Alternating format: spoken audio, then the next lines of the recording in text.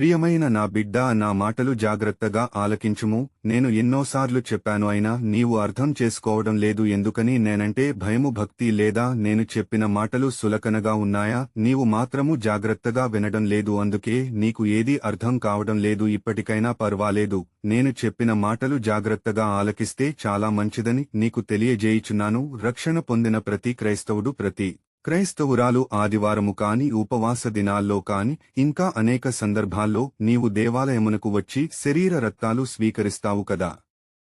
అయితే ఈ మాయైన లోకములో ఎవరైనా ఎప్పటికైనా, అంటే ధనికుడు గాని, దరిద్రుడు కాని, పేదవాడు కాని, ఉన్నవాడు కాని, ఏమీ లేనివాడైనా కాని అందరూ మరణించాలి కదా. అయితే పాపము చేస్తే నరకమునకు, పుణ్యము చేస్తే పరలోకమునకు అని నీకు బాగా తెలుసు. నీవు చేసేదాన్ని బట్టి, వాని క్రియలను బట్టి పరలోకమునకు వెడతాము అన్న విషయము నీకు బాగా తెలుసు. అయితే ప్రతి మానవుడు ఏదో ఒక రోజు మరణించాలి.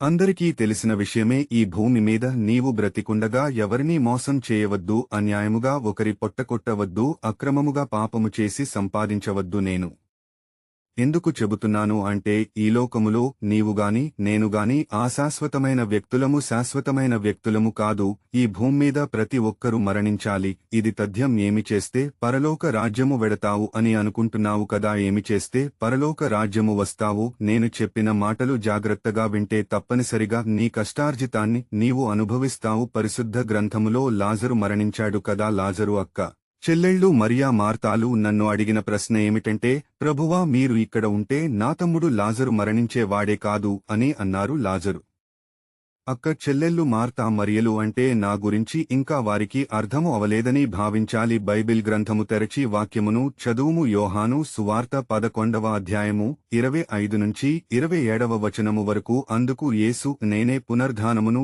జీవమును. నేనే నాయందు విశ్వాసముంచువాడు చనిపోయినను బ్రతుకును. బ్రతికి నాయందు విశ్వాసముంచు ప్రతివాడును ఎన్నటికీ చనిపోడు. ఈ మాటలు నమ్ముతున్నావా అని ఆమెను అడిగెను. ఈ లేఖన భాగములో ఉన్న వృత్తాంతము ఏమిటంటే, నీవు బ్రతికి ఉండగా యేసుప్రభువు నిజమైన దేవుడని నీవు నమ్మితే చనిపోయిన సజీవుడవే, బ్రతికున్న సజీవుడవే కాబట్టి బ్రతికి ఉండగా నీవు నా శరీర రక్తములు అనునిత్యం స్వీకరిస్తున్నప్పుడు ఏ సమయములో నీవు నా యొద్దకు వస్తావో తెలియదు. కాబట్టి నీవు నా యొద్దకు రాకముందే నీ జీవితమును సరిచేసుకోవాలి, నీ పొరపాట్లు సరిచేసుకోవాలి, నీ పాపములు సరిచేసుకోవాలి. అప్పుడు నీవు బ్రతికున్న సజీవుడవే, చనిపోయిన సజీవుడవే, అంటే నీవు నా రాజ్యంలోనికి వస్తావు అన్న మాట. ఇప్పటికైనా పర్వాలేదు, నా మాటలు నమ్మి బాప్తిసం తీసుకోకపోయినట్లయితే ఇప్పుడే అనుకూల సమయము. ఇదే రక్షణ దినము.